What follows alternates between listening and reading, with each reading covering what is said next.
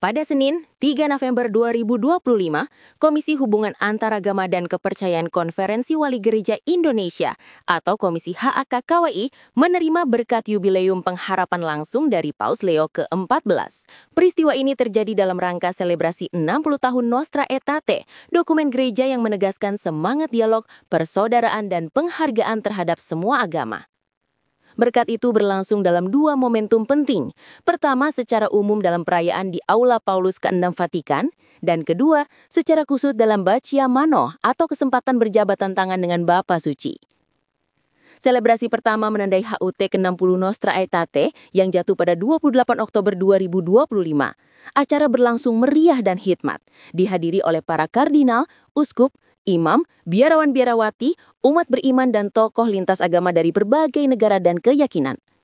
Indonesia hadir dengan warna budaya yang khas melalui penampilan kebaya menari, sebuah koreografi yang memadukan tradisi Jawa, Bali, dan Sumatera.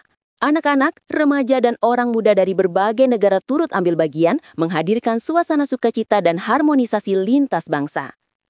Selebrasi ini tidak hanya menjadi peringatan historis, tetapi juga simbol keberagaman dan dialog yang menjadi inti dari Nostra Aetate. Dokumen ini menegaskan bahwa Gereja Katolik menghargai segala sesuatu yang baik, benar, suci, dan indah dalam agama lain dan budaya lain sebagai pancaran cahaya Kristus, meski berbeda dari ajaran Gereja Katolik sendiri.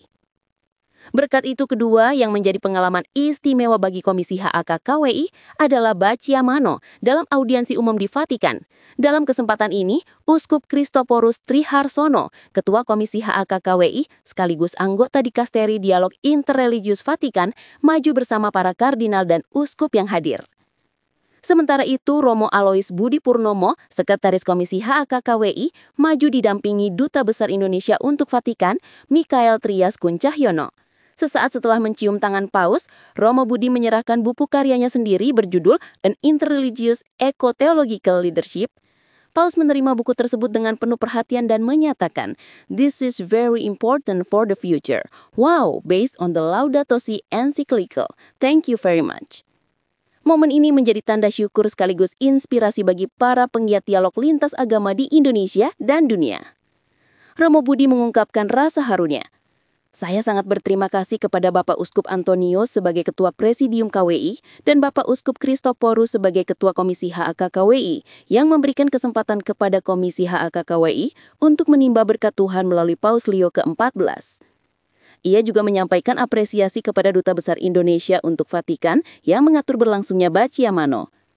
Menurut Monsignor Christophorus, semua ini adalah jalan Tuhan dan berkat itu merupakan hasil penyelenggaraan ilahi melalui Dikasteri Dialog Interreligius Vatikan dan Komisi HAKKWI.